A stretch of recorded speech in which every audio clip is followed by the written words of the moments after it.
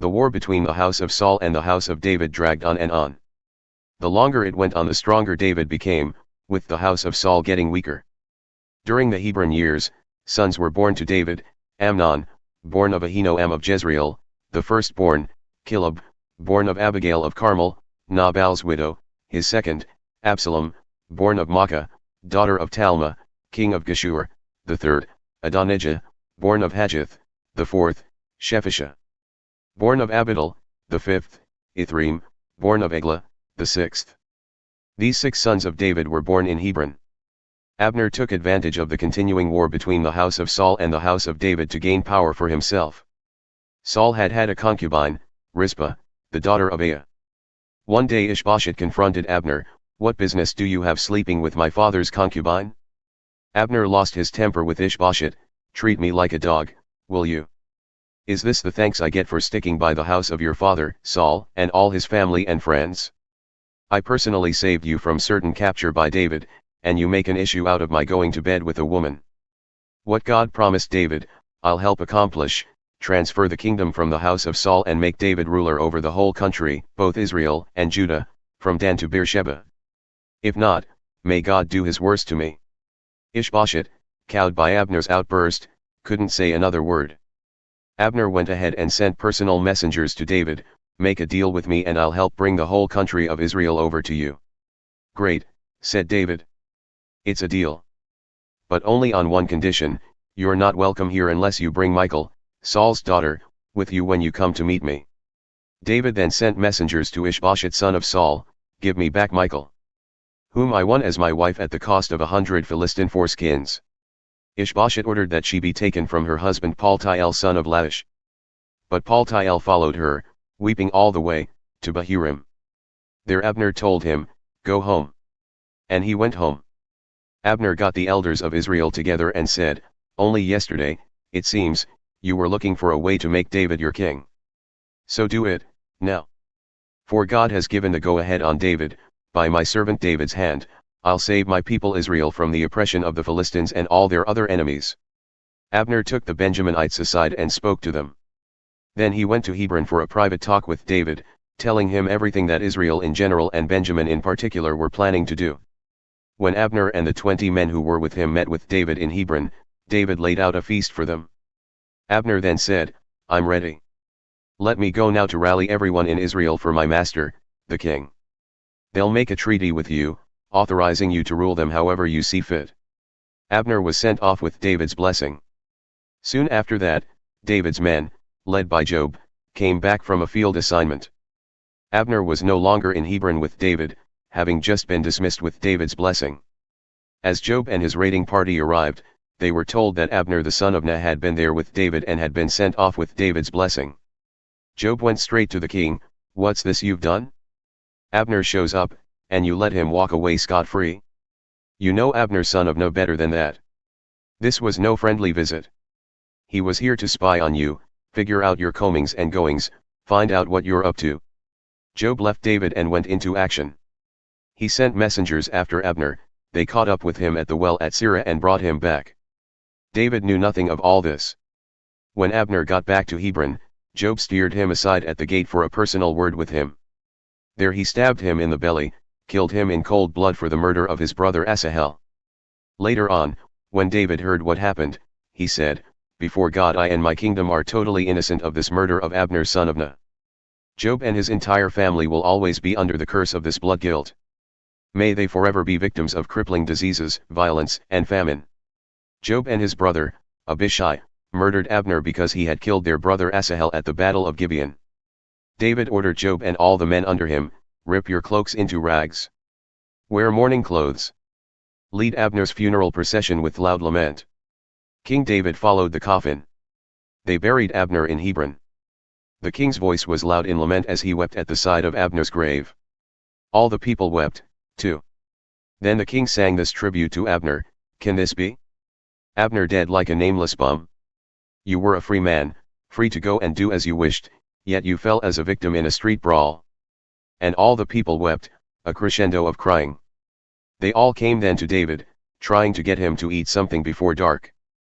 But David solemnly swore, "I'll not so much as taste a piece of bread, or anything else for that matter, before sunset, so help me God. Everyone at the funeral took notice, and liked what they saw. In fact, everything the king did was applauded by the people. It was clear to everyone that day, including all Israel, that the king had nothing to do with the death of Abner son of Ner. The king spoke to his servants, "You realize, don't you, that today a prince and hero fell victim of foul play in Israel? And I, though anointed king, was helpless to do anything about it. These sons of Zeruiah are too much for me. God, requite the criminal for his crime." The murder of Ish-Bosheth. Saul's son, Ish-Bosheth, heard that Abner had died in Hebron. His heart sank. The whole country was shaken. Ish-Bosheth had two men who were captains of raiding bands, one was named Baanah, the other Rechab. They were sons of Rimmon the Beerothite, a Benjaminite. The people of Beeroth had been assigned to Benjamin ever since they escaped to Gittaim. They still live there as resident aliens. It so happened that Saul's son, Jonathan, had a son who was maimed in both feet. When he was 5 years old, the report on Saul and Jonathan came from Jezreel. His nurse picked him up and ran, but in her hurry to get away she fell, and the boy was maimed. His name was Mephibosheth. One day Baanah and Rechab, the two sons of Rimmon, headed out for the house of Ish-Bosheth. They arrived at the hottest time of the day, just as he was taking his afternoon nap. They entered the house on a ruse, pretending official business. The maid guarding the bedroom had fallen asleep, so Rechab and Baanah slipped by her and entered the room where Ish-Bosheth was asleep on his bed. They killed him and then cut off his head, carrying it off as a trophy. They traveled all night long, taking the route through the Arabah valley.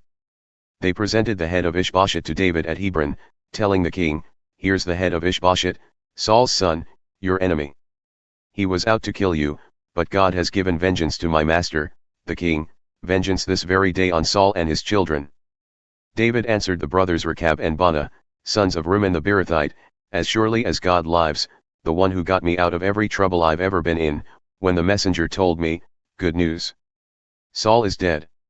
Supposing I'd be delighted, I arrested him and killed him on the spot in Ziklag. That's what he got for his so-called good news. And now you show up, evil men who killed an innocent man in cold blood, a man asleep in his own house. Don't think I won't find you guilty of murder and rid the country of you." David then issued orders to his soldiers. They killed the two, chopped off their hands and feet, and hung the corpses at the pool in Hebron. But Ish-Bosheth's head they took and buried in Abner's tomb in Hebron. Before long all the tribes of Israel approached David in Hebron and said, "Look at us, your own flesh and blood. In time past when Saul was our king, you were the one who really ran the country. Even then God said to you, 'You will shepherd my people Israel and you'll be the prince.'" All the leaders of Israel met with King David at Hebron, and the king made a treaty with them in the presence of God. And so they anointed David king over Israel. David was 30 years old when he became king, and ruled for 40 years. In Hebron he ruled Judah for 7.5 years. In Jerusalem he ruled all Israel and Judah for 33 years. David and his men immediately set out for Jerusalem to take on the Jebusites, who lived in that country. But they said, "You might as well go home. Even the blind and the lame could keep you out. You can't get in here." They had convinced themselves that David couldn't break through. But David went right ahead and captured the fortress of Zion, known ever since as the City of David. That day David said, "To get the best of these Jebusites, one must target the water system, not to mention this so-called lame and blind bunch that David hates." In fact, he was so sick and tired of it, people coined the expression, "No lame and blind allowed in the palace." David made the fortress city his home and named it City of David. He developed the city from the outside terraces inward. David proceeded with a longer stride, a larger embrace since the God of the angel armies was with him. It was at this time that Hiram, king of Tyre, sent messengers to David, along with timbers of cedar. He also sent carpenters and masons to build a house for David. David took this as a sign that God had confirmed him as king of Israel, giving his kingship world prominence for the sake of Israel, his people. David took on more concubines and wives from Jerusalem after he left Hebron. And more sons and daughters were born to him. These are the names of those born to him in Jerusalem: Shammua, Shobab, Nathan, Solomon, Ibhar, Elishua, Nepheg, Japhiah, Elishama, Eliada, Elipheled. When the Philistines got word that David had been made king over all Israel, They came on the hunt for him. David heard of it and went down to the stronghold. When the Philistines arrived, they deployed their forces in Rephaim valley. Then David prayed to God, "Shall I go up and fight the Philistines? Will you help me beat them?" "Go up," God replied. "Count on me. I'll help you beat them." David then went straight to Baal-perazim, and smashed them to pieces. Afterward David said, "God exploded on my enemies like a gush of water." That's why David named the place Baal-perazim, the master who explodes. The retreating Philistines dumped their idols, and David and his soldiers took them away. Later there was a repeat performance. The Philistines came up again and deployed their troops in the Rephaim valley. David again prayed to God. This time God said, "Don't attack them head-on. Instead, circle around behind them and ambush them from the grove of sacred trees. When you hear the sound of shuffling in the trees, get ready to move out. It's a signal that God is going ahead of you to smash the Philistine camp." David did exactly what God told him. He routed the Philistines all the way from Gibeon to Geshur.